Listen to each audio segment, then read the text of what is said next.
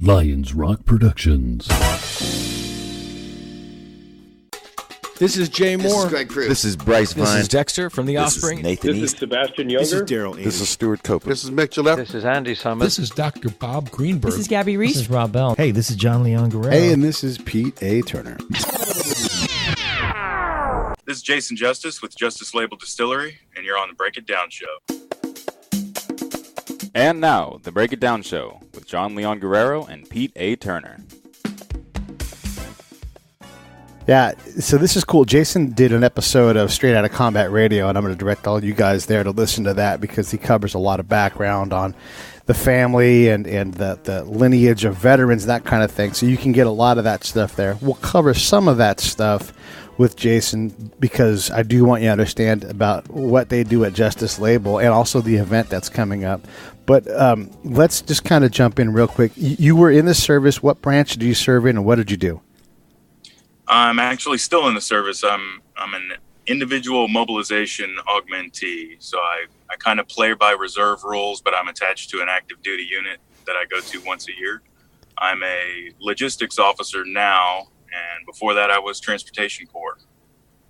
Nice. I was Transportation Corps for a minute, too. I should also say this, too. We also have Longhorn 6, Scott Huesing, best-selling author of Echo and Ramadi, co-hosting with me.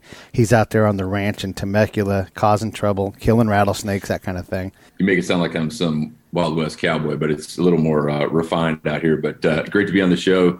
Jason, can't wait to hear the story, man. So when I was in the Army, I was in just after 9/11. Like I was the first guy from my unit in Illinois to respond and go to my headquarters. And then shortly after that, I pretty much got out in 2002. And it was great because my first sergeant was just the standard reserve first sergeant who was not provisioned properly. And so every week I would send him my 3 questions. These are the 3 things I need to sort out before I go into contract. And I was in a military intelligence unit as a counterintelligence guy, except for when I came into the reserves, I transferred from the active into the reserves. I had to go in through a transportation unit. So I really was an 88 November, and I had gotten MOS queued and everything. And even though I never really did the job ever, that was who I was officially. And so my first sergeant, the day before, like my full contract, I'd never have to do anything else in the military, was coming up. He says to me, "What do I have to do to keep you in the military?" And I'm like, the same 3 questions I've been asking you for 6 months. And he's like, "Well, I got bad news for you. Counterintelligence agents are all stop-lossed." And I said, "I have bad news for you. I'm at 88 November. Look at my file." And that was the last time I ever talked to that guy. Man, I appreciate you coming on. Why on earth does a guy who's still in the military, why do you guys start a label and start a distillery? That seems like an extraordinarily complicated thing to have to do to make moonshine and whiskey and get legit. I've seen some of those shows with all those guys out and, they're trying to become legitimate moonshiners. Tell us about that. Well, I haven't had really a typical military career, I would say. So I wanted to enlist when I was 17. Just to give you kind of a scope of, I'm a pretty young guy. I'm turning 31 next month. So when 9/11 happened, I was in 8th grade. I remember just everything stopping, and we all were watching the TV, and I didn't see it the way other kids saw it because my dad was like the only soldier out of everybody's parents at my school.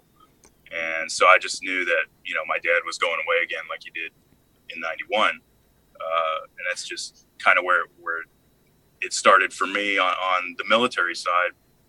And then he wouldn't let me enlist when I was 17. He was a first sergeant when he retired. And he was actually still in while I was going through college, my first year or two. And he said, "You're gonna be an officer. I'm gonna pay for your first year of college, and after that, you decide what you want to do. If you want to enlist after that, then you enlist." And I ended up getting into a ROTC program at the community college, Del Mar College here, and took me to a scholarship to Texas A&M, and I commissioned in 2009. And then from there, I was basically released into the force pool.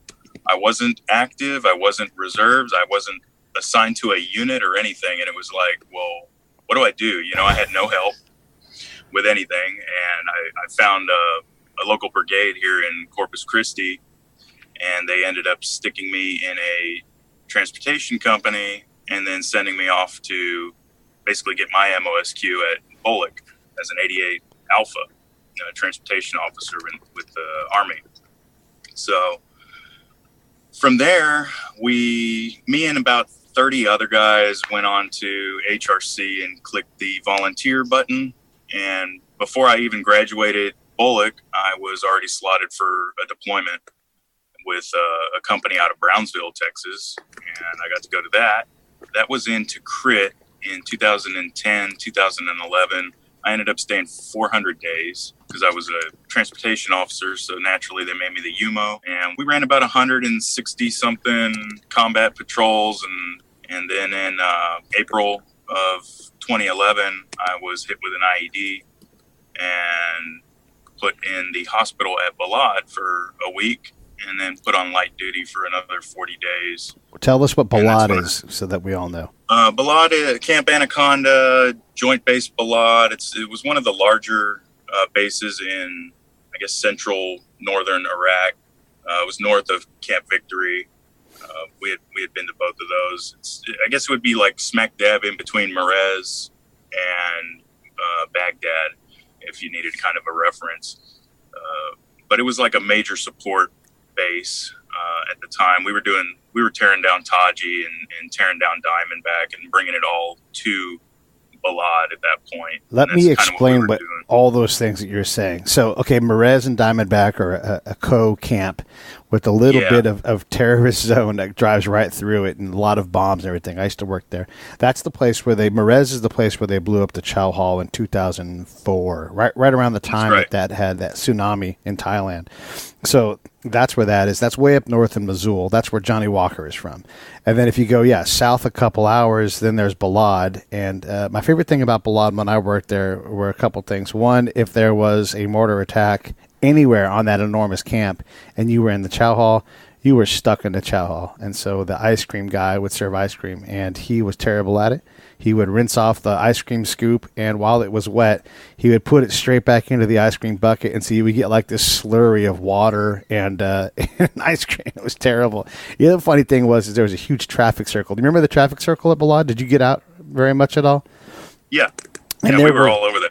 When I was there, there were 15 stop signs in a four-way stop. It was a zillion of it. It was so military. It was fantastic. And then Taji is a little bit west of Baghdad, and it was a place where the Iraqis, we were teaching them a variety of things like intel operations and that kind of stuff. And then, of course, Victory is in Baghdad proper. It's like where the green zone is and all these things. It's an enormous complex based off of some of Saddam's government buildings. So basically what Jason is describing is it's the heart. It's the place where you flew in and out of for a lot of things. Balad, it was a main artery point for us to get things moving. And you're right. They had a big hospital there because before they sent you to Germany to get to the next level of hospitaling, they tried to fix you up there. So you got blown up and were sent to Balad because your injuries were bad enough to be centralized in a hospital, but you didn't have to go to Landstuhl in Germany. Is that correct? That's correct. Yeah. Our driver ended up getting evac'd to, it was actually, I think, Brooks Army Medical Center in San Antonio, about a week, 2 weeks after, because they couldn't figure out what was wrong. He was having kind of mental issues, sleepwalking and stuff like that, and not being coherent. And then the TC, he ended up getting his shoulder torn out, but he didn't want to go back, so he was just taking steroid injections for the rest of the deployment, really. But anyway, from that, I ended up meeting my wife, who was another officer. She was running the MCT movement control team at my home base, actually, at Spiker, which is right there by Tikrit, where they found Saddam Hussein. And we got back from deployment, and we were both, college educated folks with degrees and no job. Kind of didn't know what we were doing with our lives, so we just kind of went back and forth. She was living in Arizona, and I was living here in South Texas. So we would go a month there, go camping at the Mogollon Rim and stuff, go up to Flagstaff and mess around in the woods up there, and then come back to Corpus and hit the coast and South Padre Island and, basically whatever for about 6 months until I got a job with National Oil Well and she got a job with Union Pacific and started making a whole bunch of money basically at that point, but decided, hey, we want a family. We knew we both wanted kids. And so we started working on that and had our first boy in 2014. And by that time, I was assigned to a reserve unit that was local, actually in the town of Sinton, where I have my distillery now. And it's kind of funny because my dad used to command, he was the first sergeant at the unit there in Sinton. It was an 887th Quartermaster Company when he had retired. And then now I was the commander in the same town of the 851st Transportation Company. And we ended up getting on a C2 CRE, which is a disaster response mission for everything west of the Mississippi. So if like a nuclear weapon gets blown up in Chicago, we were the logistics asset that would move everything. Basically all the CBRN equipment, the chemical, biological, radiological equipment, and the helicopters for the CASEVAC. We were also responsible for moving those and a lot of the medical equipment, the tents, the drashes, and stuff like that. And while I was there, you're back on active duty as a commander. You've got some amount of free time. So I was working actually on my MBA, and I was deciding I need to do something that I want to do and be passionate about. So it was between building guns and distilling alcohol. And doing the MBA, I got to do analysis before I committed to a business. So it's like you do in the military, you do a little bit of a recon. And that's what I did. I researched both the firearms industry and the alcohol industry, and which sector is the best. And distilled spirits was actually doing pretty well. They had just gone through it's called a bourbon bubble back in 2014. They had basically a bunch of bourbon flooded the market after a big shortage in 2012.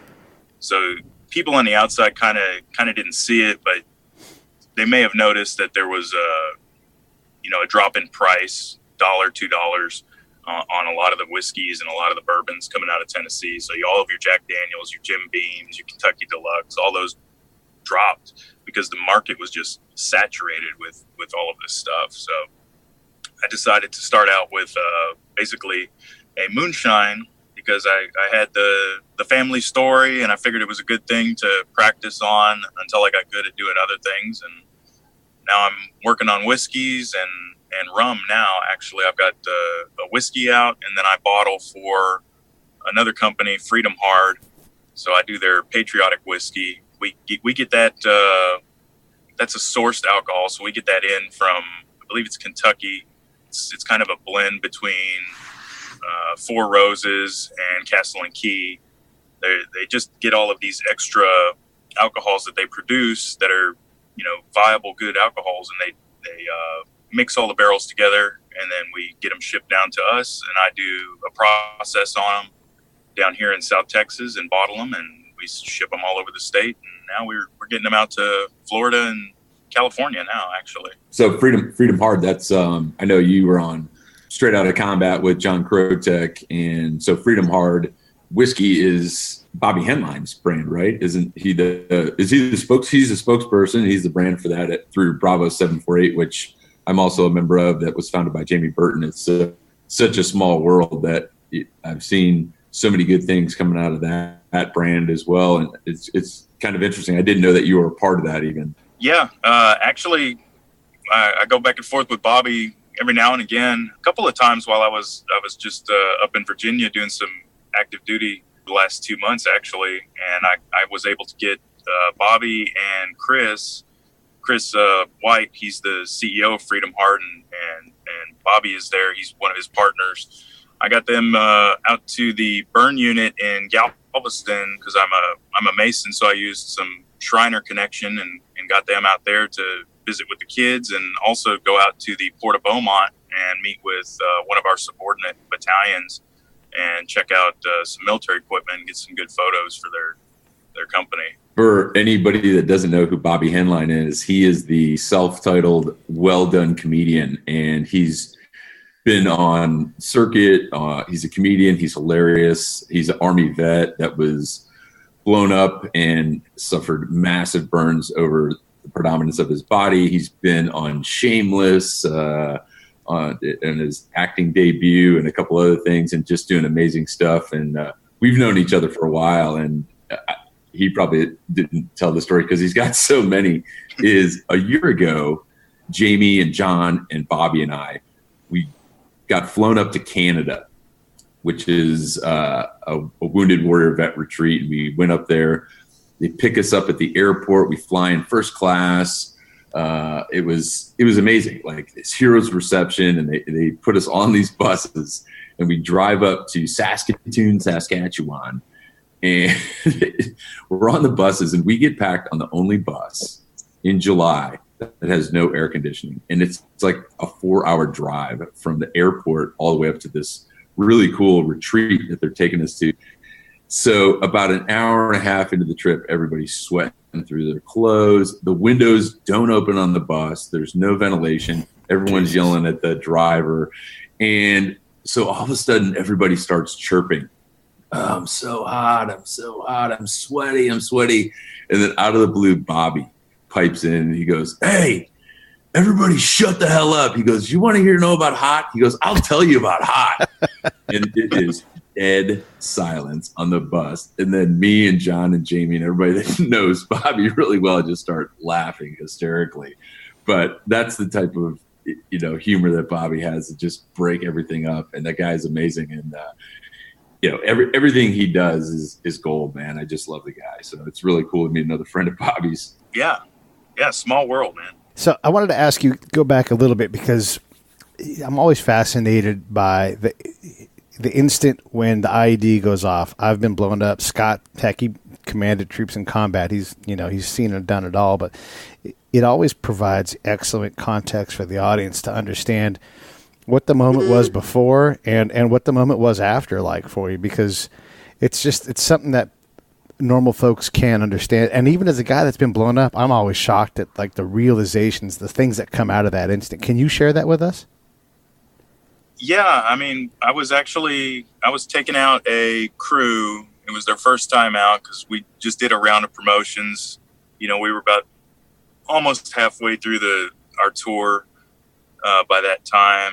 So it was a new driver, new truck commander, and we decided, they needed to do a check ride. So a senior leader of the company, so it was either myself, the platoon sergeant, or one of the squad leaders would have to ride with these new crews and give them their validation, on the roads out there on Route 1.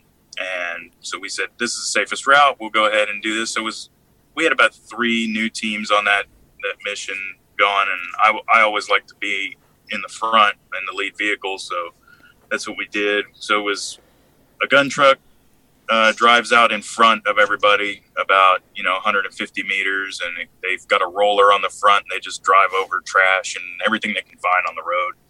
And then there'll be another gun truck in front of the logistics column, which is where we started.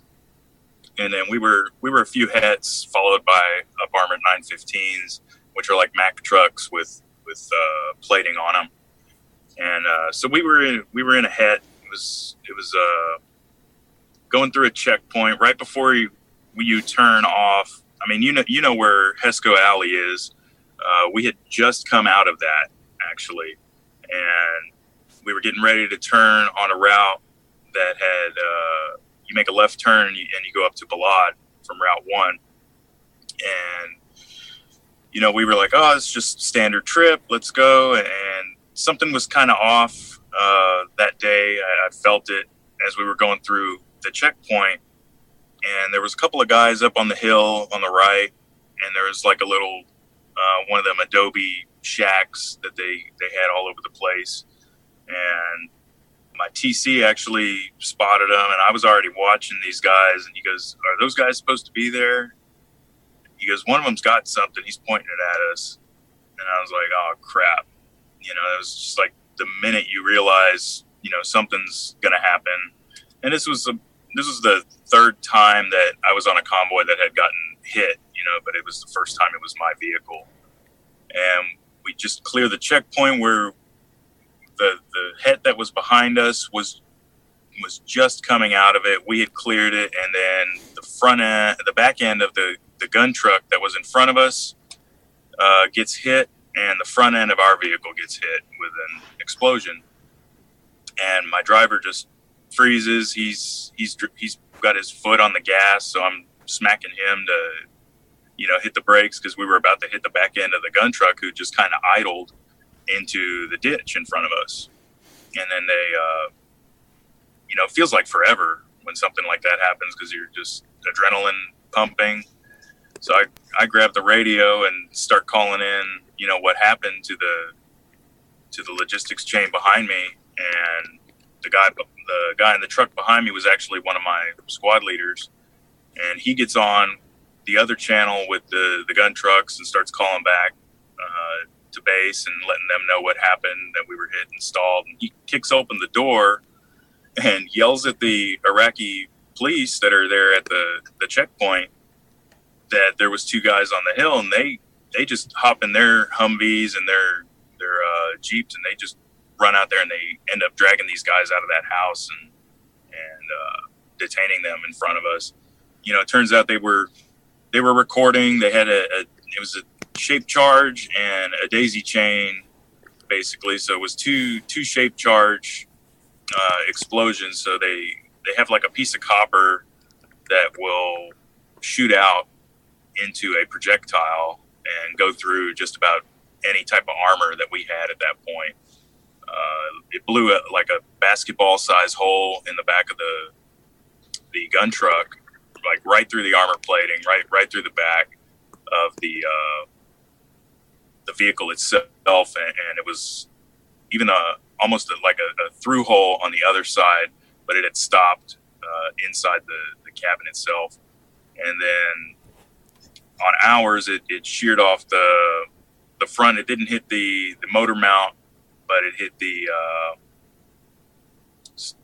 front light, and some of the grill on the very front of it, and our Rhino was gone. The Rhino was like a microwave emitting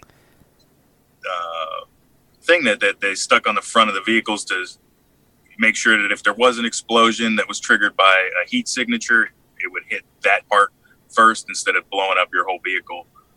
So that part was gone, and we were all just stuck for about 30 minutes on the road like that. And, you know, it felt like a soda can, like you were inside of a soda can and somebody just popped it, you know. And we had ruptured eardrums. We all had concussions. My TC ended up getting his shoulder torn out because he was on the side where it hit, and he was hanging on to the railing, and you know, it rocked a het, which is about a 12-foot tall vehicle, you know, and it's about the size of two cars side by side.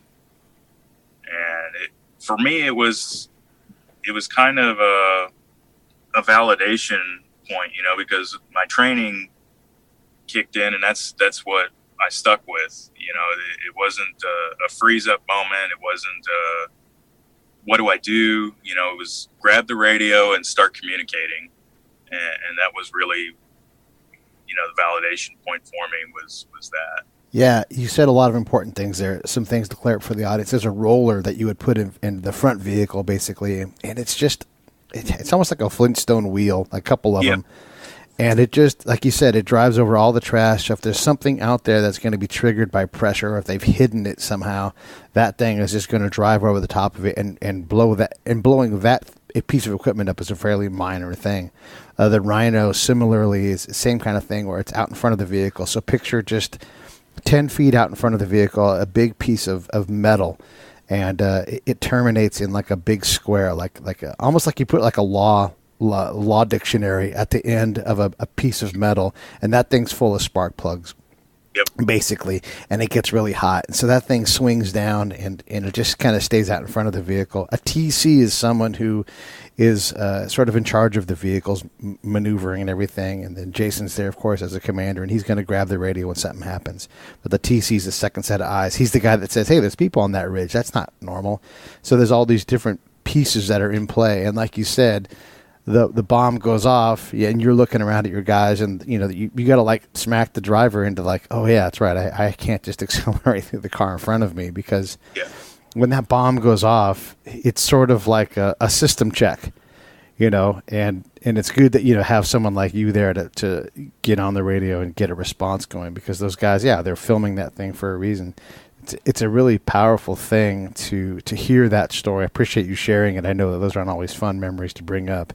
But Scott, what are your comments on something like that? You've obviously seen things like that. What do you want to add? I mean, Jason is another great example of someone that has experienced all these, people have heard me say, like these pieces of trauma throughout their military career, and they transition from the military, and Jason's still serving in the IMA, but what's so remarkable is, he's taken those experiences and he's grown from them. And I think that his business, the Justice label, is such a great example of, hey, you can get kicked into junk all day long and do multiple deployments, but the real testament to veterans and to people that are successful is moving on with the mission, finding something that you're passionate about. And I think that Justice label is a great example. And what's cool about this, and I like to shift gears, is, because I want to learn more about the brand. I mean, you've got such an amazing history on the page. Like your grandfather did it, your dad did it. What age did you get brought into the family business at that helped you be so successful? And then second part of that question is, did the troops in your unit know that you were this badass officer that knew how to moonshine as a skill, as part of your craft? Well, actually, I first got exposed to all that craft when I was 8 years old on a family vacation. Yeah. So we went back to West Virginia. We were visiting. This episode of the Break It Down Show is brought to you by Lions Rock Productions. That's us. We publish, evaluate, and develop podcasts just like this one, consult others to build their own, and create associated content and content marketing strategies. So if you're launching or expanding your social media presence, your business or your personal brand, or if you just want to take your media presence to the next level, reach out to us on Twitter at Pete A. Turner or at JohnLG69 at the Break It Down Show. There's 1,000 ways to get a hold of us. Now enjoy the show. We went back to West Virginia. We were visiting. We still had some relatives alive out there from my grandfather, PawPaw. And so we went out there and visited, I believe it was my dad's aunt Sissy. And we went out there, and then we saw one of my PawPaw's war buddies, I think from either Korea or Vietnam. His name was Ronald, and went out there and visited him. And, I got to shoot like my first long rifle out there was one of Ronald's, and he took me outside and, showed me how to shoot while I was standing up, kneeling and prone and all that stuff, and just plinking basically at 8 years old. And then they took me back up into the woods and in the holler where they used to do all the moonshining, and there was still like mason jars and stuff out there. It was kind of strange. And an old, they're called submarine stills. So they're basically, they've got wooden walls on either side, and then it's like a roll of copper just riveted to a piece of wood. And it's a very crude vessel, but it works because, as you fill it up, the wood expands and you don't have a leak, and then they just light a fire underneath on the copper piece, and it heats up, and they pull the alcohol out. And they were telling me stories about how one of their cousins was lost out in the woods for a day because he drank some of the 4 shots, and he went blind for about 48 hours and just sat on a log and blind all night. Yeah. Yeah. So, that was kind of where I first got exposed to it. And then we went back again when I was 14. And on the way back, we actually went through Tennessee and Kentucky and got to see Bourbon Row. So we went to like the Jack Daniel's distillery, the Jim Beam distillery. Trying to remember who else was. We went to about 4 of them all together, but I remember Jack Daniel's the most because it was like the big iconic one. They even had their branding was just awesome. And this was in the late 90s, and I got to go see that and see how they did it. Got to see the production floor and the barrel house and all of that stuff, and it was just so fascinating. And then we also went to see wineries, over the years, and got to see how that process was done, and breweries and stuff like that. But it just it was always so cool because you had this equipment, that a lot of times these guys built it themselves. They figured something out, they got an extra yield percentage or whatever out of it. So it was just a cool craft to get into. And I started winemaking around when I was 14, and I was doing it with blueberries starting out. And that's kind of where I figured out a lot of, the fermentation side of things, which is really the biggest part of anything in the alcohol industry, because that's where you're creating, in the case of wine and beer, you're creating your beverage off of that fermentation. And for distilling, it's the same way, because you're going to create flavor profiles based off of how you ferment. And so for the listeners that haven't gone to justicelabeldistillery.com, you've got to go check this out. So as Jason's telling us about how he's learned this craft passed down from his generation, and were you always an officer, or were you a Mustang?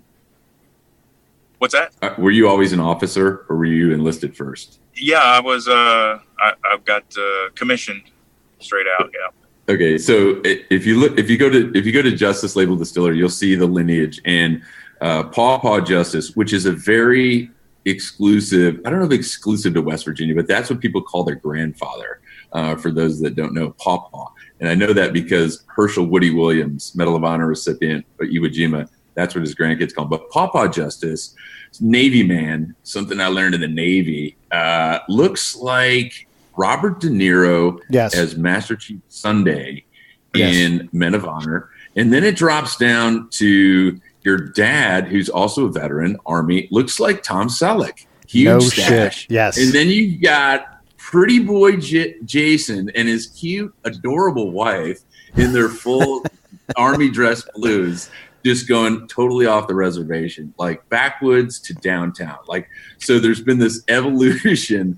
So when we talk about refineries, like even in the family, there's been this refinement, I think, that I'm sensing within the brand. So I think it's, so did that make you, again, just the second part of my question was, did the troops that you led think like, hey, our captain is totally badass. He also runs Moonshine. He's a bootlegger by night, mild-mannered officer by day. Well, see, I started, actually, I was building some stills right when I got back. I was building AK-47s, and I was also building stills. So those were the two things I was building in 2012. And, kind of, that was part of my research there. And yeah, as I was commanding the 851st, transportation company, a lot of people in the unit, they were like, well, what do you do, sir? What do you do on the outside? And I was actually taking time off from the oil field to do that tour. But everybody knew I was working on something bigger, and a couple of the closer senior NCOs, people that had known me for a few years, they got to sample some of the first stuff that I made, and that's kind of how the word got out, was like, oh yeah, Captain Justice, he's going to be a distillery owner. He's got a building picked out. He's got his practice stuff. You got to try it. So it was, the word spreads fast once you start giving out some product, you know. Did you ever create and operate against General Order Number 1 a bootleg distillery while in Iraq? Not while in Iraq. Okay. Yeah. Sure. I always like to try and get a confession out of someone. That's kind of Pete pinned me down on that. So yeah. No, that's good. All right, so I got a couple questions, Pete. You know, I like to do a little rapid fire. Sometimes we're getting close to the end, but okay. So you quick answers. I got a couple of questions that I teed up. Can you clean your weapon, an AK-47 or an M16, with any of the PawPaw Moonshine brands or Justice Label brands? I wouldn't, because yeah, I mean, you want to use something oil based, not something alcohol based when you're cleaning. As a motor T officer, can you fuel any military vehicles with this stuff? Because some of it is like 100 proof. You can use it as starter fluid, definitely. Starter fluid, nice. I studied criminal justice in college, which is a totally worthless degree. I've never used it to a day, but we took an organized crime class. So I'm fascinated with the 20s and Al Capone and bootlegging. So down in where you live, just outside of Corpus, at your distillery, is there like a big green door on it, like reminiscent of speakeasies and distilleries? No, we got a giant glass front. It used to be a drive-through lumber yard that was converted a couple of years later into, ironically, a gambling den and a Radio Shack. So it was like a gambling den Radio Shack combo for many years. That's like the red light district is known for women of ill repute. And then if you saw a green door, it meant there was booze flowing there, right? Yeah, that's correct. Yeah, because I noticed on your website too, you also actually give classes. So I'm thinking like Jason's got a PhD in boozery, and they teach people how to do it the right way, though it's all legit. You go to his website at justicelabeldistillery.com, and there's like a whole page that teaches or tells you how to sign up for classes, which I think is amazing. I mean, because there's big money in this, and I think that. These micro labels and micro breweries, and even I live in wine country in Temecula in Southern California, in the Temecula Valley.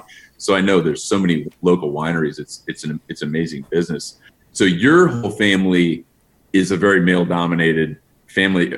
Does your wife and the women in your family take part in the business as well?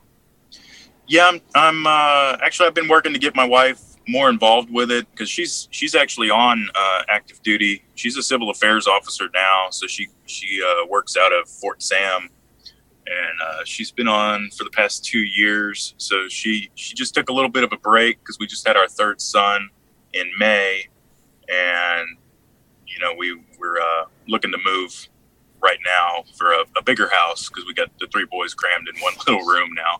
But we're getting definitely getting her involved with more of the, I guess you would say, the admin side, because she studied business. See, I'm like you, I have a worthless degree. My undergrad was kinesiology. So that's applicable. Yeah. So a lot of times I tell my soldiers that, and they're like, "You can move stuff with your mind," and I'm like, Yes. I'm like, right. No, think PE coach, Well, I like looking at the photos of like 20s and 30s, like, of females that played a role in that too. And there were some pretty rough looking characters. And I look at the picture of wife, that's why I asked the question. And I see somebody like Maggie Bailey, or who's the other one? Josie Duty was like these badass female bootleggers that don't ever get any props. Do you know, I think like today, like MMA cage match, who's the best female bootlegger, or that's a good reality show, like best bootlegger. They have to do all the things they did in the 20s and get the shine to the distribution point from the thing. And they got to race old crappy vehicles from the 20s. That'd be a good show. Pete, write that down. Yeah. I'm writing this down. So old crap. All right, last question. Do you know what the ingredients of French 75 are? Of what? French 75. What is French 75?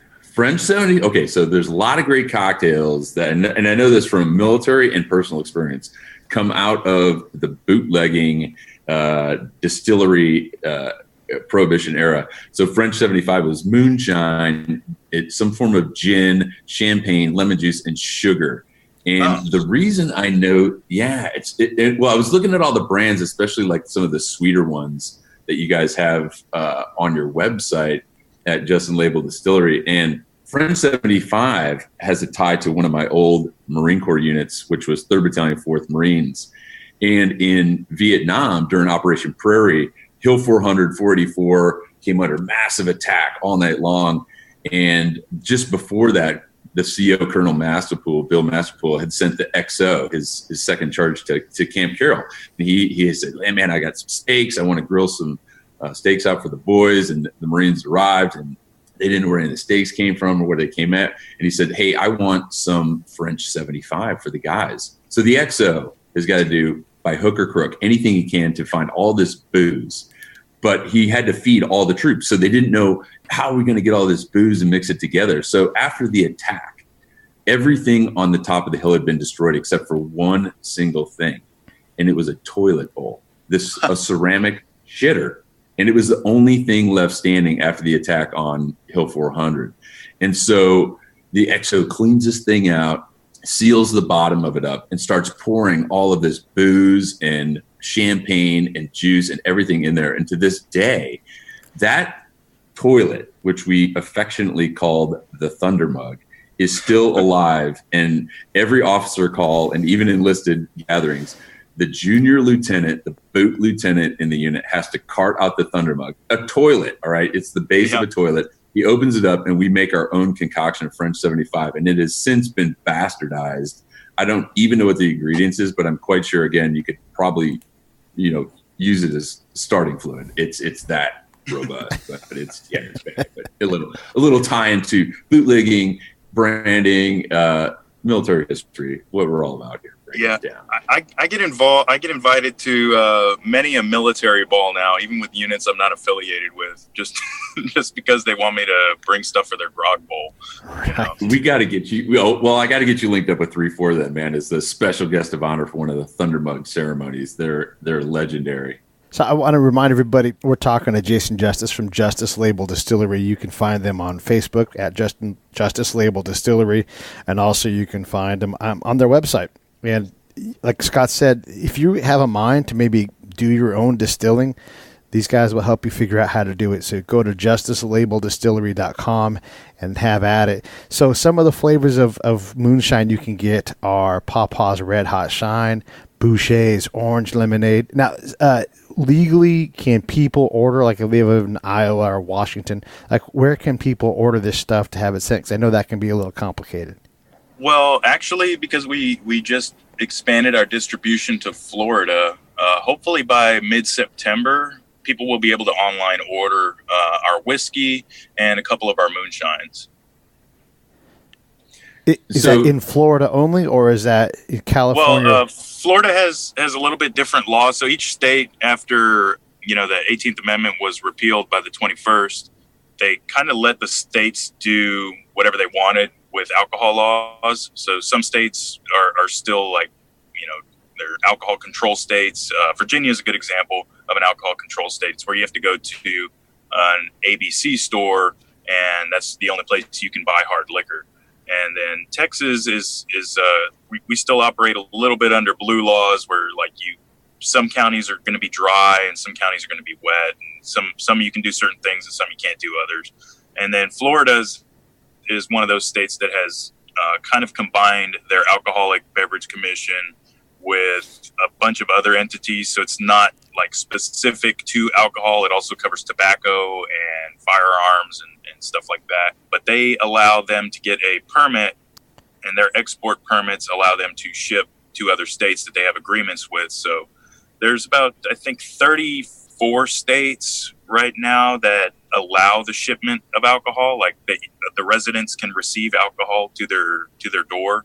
And we do these contracts through FedEx, and they're really the main carrier. But you have to be in one of these states like Florida or California and hold a permit there in order to be able to do the actual shipping. Because like a Texas law, one of our laws here is you have to be present at the time of purchase of alcohol. So the customer and the vendor have to be face to face for the transaction to happen by law.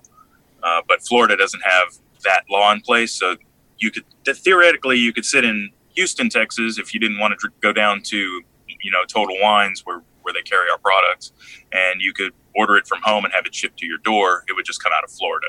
Interesting. Hey, I wanted to ask you about this upcoming event that you've got, the Veteran Alcoholic Beverage Competition. Give us some ideas about what that is and how does one come down and enjoy? Yeah, so I got this idea, I want to say in March. It was just one of those a bug in your ear type things where it's something nagging you. So I've been operating legally in the alcohol space since 2015.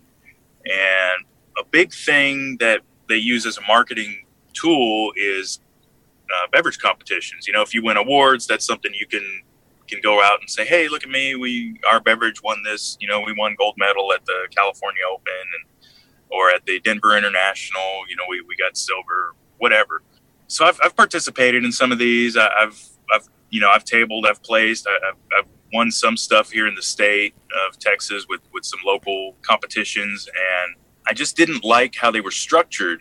So I started researching it and figuring out, what do I need to do to put on something like this myself, and what would be something unique that I would bring to the table. So we sat down and said, veteran judges, there's nothing like targeting the veteran community at large, which, we happen to consume quite a bit of alcohol. It just kind of started falling together after that. I found a third-party company that does the actual processing of the entries. So they aren't, giving me money. It goes to a company in, I think it's Washington, that specializes in taking these drink registrations, and they assign it a number, and they help you with your scorecards. They're like a one-stop shop for setting up drink competitions. And it's called the Data Still, and it's well known in our industry. They're reputable. They if you want to compete in just about any drink competition in the United States, you're probably going to be going through that website. Is how big they are, and so we partnered up with them and started putting it together. We've got a couple of international entries now, because there's outside brands, Australia, Europe, and importers and exporters and other companies. They want to promote the stuff that they're carrying too, so they'll enter into their products and into the competition. And I said, well, I want to make it huge too. So we started looking around for venues, and we went to Dallas, Fort Worth, and you kind of caught me at a weird time with the planning, because we've been going back and forth with our venue, and there's been some price changes, a couple weeks out from the event that we weren't foreseeing. And we may actually be moving the whole thing to San Antonio, and able to save a whole bunch of money, which is good, because we're giving 40% of our proceeds to two veteran charity organizations, the Oath Network, it's the Outdoor Association for True Heroes, and Operation Phantom Support, which works predominantly in the Central Texas area, helping first responders and veterans, mostly people transitioning out of Fort Hood. And it's just, the more money we get in, the more money they make. So it's all a good cause for that side. And then we're bringing in CEOs of major veteran companies like David Gall, the CEO of Rally Point, and Donald Coolidge, CEO of Elemental Path, and just all of these guys they've got huge audiences, they've got huge reach, they've got successful companies or successful ventures with successful exits under their belts, and kind of people that I look up to in business, and that's kind of where I'm a little bit different from a lot of other business owners, because I measure success by, how many exits have you had?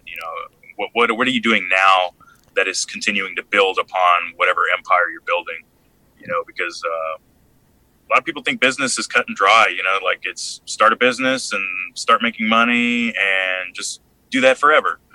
But that's a great point. It's such a good message for, I know Pete has a lot of veteran listeners, and I always talk about that too. And when you're in the military, you think, oh, I'm going to do this for 20 years or 30 years. And then you transition and you think, oh, I get my first job in the private sector and I need to do this for 20 years, because that's how we're tooled.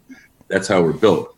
But I always tell transitioning veterans that, hey, if you don't love what you do, transition again. And every time you make that transition, you build experience, and the transition's easier the next time. So that's a really great message. And I think every one of the transitions, obviously the transitions need to be successful. Like, hey, I did this great here. I accomplished my mission. Now I'm going to set a new mission and do that and be great at that. And you have all these great successes, but also the failures. When you learn from those and you continue to grow, I think that's important too. And I always talk about this when I speak about leadership, is that's how you become successful as a leader, whether it's in the private sector, in the military, is balancing those wins and losses and growing from them and continuing to do great things, and being able to pass that wisdom on to our veteran community it's what makes our network so cool. Just talking to you on the pod today,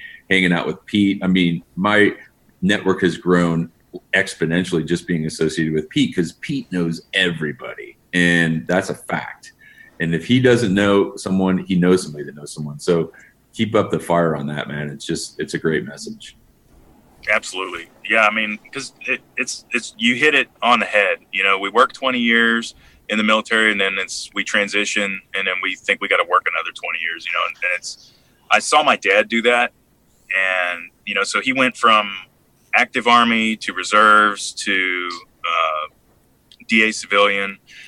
And, my PawPaw did the same thing too. He was military, and then he ended up going to civil service, and it was just like, how do I break this mold, because for me, it was sad, because it's like you're working to get a retirement, and then you're working again to get another retirement just so you can live for whatever the last couple years you got left, and be able to do what you want. I don't want to travel when I'm 60, I want to be able to travel when I'm 30, when I'm 40, when I'm still young, and I can take my kids and go out and do stuff. And that's really the biggest reason that I started the business, was so I had more time with my family, that I didn't get with my parents growing up, because they were always, trying to make ends meet.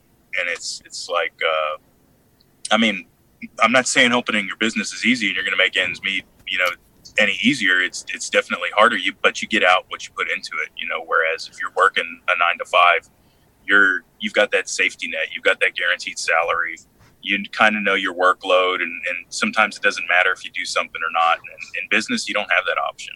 So you're a 31-year-old Army officer, successful businessman, and you are going to build this brand, you're going to make it great, and then you see yourself in 5 years turning the business over to another go-getter who's a vet that can carry the torch. Where do you see this in 5 years, and where do you see yourself in 10 years? Well, actually, kind of interesting that you bring that up. I've started like with the Freedom Heart, doing their brand for them, and so they can focus just on marketing. And I'm doing the same thing. I'm going to be working with Scars and Stripes, Jan Orstrom. He's like a PTSD wrestler, basically, is what he does. And he wants to do a bourbon, so we'll be doing his bourbon. And even Operation Phantom Support, I'm going to be doing a vodka for a nonprofit where they're getting 80% of their proceeds off of it. And if I can get more brands like that, because you could be working on your company and then you want to make another product offering, but you don't know how to go about it. I just offer that solution, and I educate you about the industry, what you need to know as a brand owner. And doing that, awesome. I'm growing myself, but I'm also growing those brands at the same time, and we all grow together. And for me, the objective is let's all be successful. Let's all make money at the end of the day. We don't need to compete with one another. this is the thing, veteran business. It's kind of cutthroat, and sometimes it's like a bucket of crabs. We see one of ours succeeding, and we just want to beat them down for whatever reason. And I don't think that way. I'm like, well, how can we all, how do we get the $10 where you get $5 and I get $5? Both get a little bit stronger because of it. And meeting people like that, like just this past weekend, I had coffee with Daniel Sharp. He's the Pop Smoke CEO. So he's basically, he runs like a multimedia company, and he interacts with a lot of these big publications, Popular Military, American Military News, and all those types of things. And, I'm talking to him about this, and he's like, I'm the exact same way, and it's great that I network with these people, because they're coming in and they're being the judges on the beverage competition, and I'm getting to connect them with other like-minded folks, and our companies just get stronger because of it. We get collaborations going. I've got Rally Point connected with the Salty Soldier and connected with Pop Smoke now, where the three of them, wouldn't have thought to talk to each other before. And then now they've got mutual, collaborations going on, where they all kind of, hey, can we put this message to your audience? Can you help us get our message out to this audience? And that everybody grows because of it. That's kind of where I see myself going in the next 5 years. And definitely if an offer comes along where somebody wants to buy out the operation, the brand, of course, because I bootstrapped this. In 2015, I took what was left of my deployment savings, and I sold off. I had a bunch of gold. I sold that off, and I started my company with $25,000. So I can only see what I could do with $250,000. How much easier it's going to be. Or with $500,000 or $1 million. It's like you said, you do it, you learn from your successes, you learn from your failures, and you get better, you get faster, you get stronger at it. And just the network connections I've made over the years, and really in the past 6 months has grown exponentially. I mean, I'm on, personal phone call basis with the president of the American Distilling Institute. When people come to me to take a class, they're not just getting a class from me. They're also taking it from all of my connections too. I've got a guy up in Indiana who is the distiller for Spirits of French Lick out of French Lick, Indiana. And he teaches the fermentation, and the distillation part of my class, because that's what he's really passionate about. And I will teach them about marketing and the regulation. You become stronger when you focus on what you're good at. That's why we have the MOSs in the military. That's why, there's a commo guy. If we were all meant to plug our radios, then they would spend the time making sure that we all knew how to do that. But it's easier to just have a guy that specializes in doing that. That's kind of how you need to operate in business, is getting that team built, that foundation. They don't have to be part of your business. They don't have to be part of your company or sharing the profits or anything like that. It's just your network, your network, and how you grow it and how you develop those relationships with people. And absolutely. That's what it really means to, it's not just a bumper sticker, as I would say, taking care of our own. If you're doing that and really enabling others to succeed, again, that's your leadership shining through, and that's an amazing thing. So yeah, absolutely. Keep that up, man. So proud. Yeah. It's fantastic. If you guys want to buy some of Boucher's Orange Lemonade or PawPaw's Apple Pie Moonshine, any of these brands, you go to Justice Label Distillery.com and they'll start getting you there. If you're interested in becoming a distiller, heck, go there, and you can also get the resources. This is just a fantastic conversation, and I really have enjoyed it. Oh, I also want to mention, if you guys are interested and you're in Texas and you want to check out the competition, there's also a barbecue competition that goes with the alcoholic part. But it's October 13th to the 14th, and location to be determined. We should have some notes on that up on the show once it happens. But it's fantastic. It's incredible to see. We have all these stories of like homeless vets and other people that struggle, but there's also folks that are out there and they're cranking and they're figuring it out. And that's one of the reasons why I wanted to have you on, is we definitely cover a lot of the hard side of things, but here's someone that's grinding and builds something special. And Justice Label Distillery is something I think we can all get behind. If we're going to buy a gift for someone, buy some shine. What the hell? Why not, right? I mean, it's not easy. You know, don't make it sound like it's the easy side. There's definitely dark sides to everything. You know, people see what's on the outside, and I think that's where a lot of this, you know, like I said, the veteran community is sometimes this bucket of crabs. You know, they just see, you know, somebody having so much success, and it's like, why that person? You know, but they don't see the late nights. They don't see the having to go to the meetings, the you know, trying to book a flight to go somewhere to make the deal, to grow their brand, to grow their business. You know, the sacrifices of time away from their families, or, you know, on themselves and their financial situations.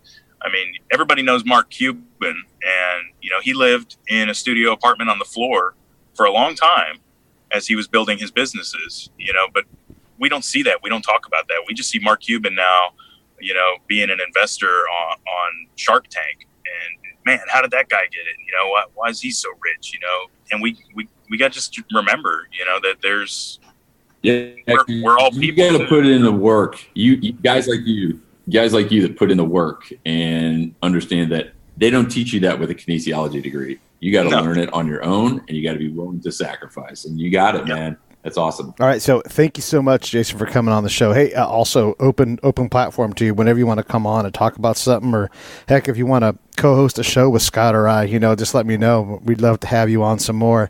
And I definitely will be buying some Shine here in the next couple of days, and I probably will gift it to a friend because that's what we do around here. But thank you so much for all you do, all the stuff with charity, all the stuff with helping entrepreneurs. You know, if you don't like your lot in life, be an entrepreneur. Figure out how to bootstrap something like Jason did, because it is certainly possible. We live in a great country where we have the ability to do these things. And it's just a matter of investing, believing, and catching a couple of breaks along the way. Expand your network, talk to people, be face-to-face. It'll work out. Thank you again so much, man. I really appreciate it. Absolutely. Thank you, guys.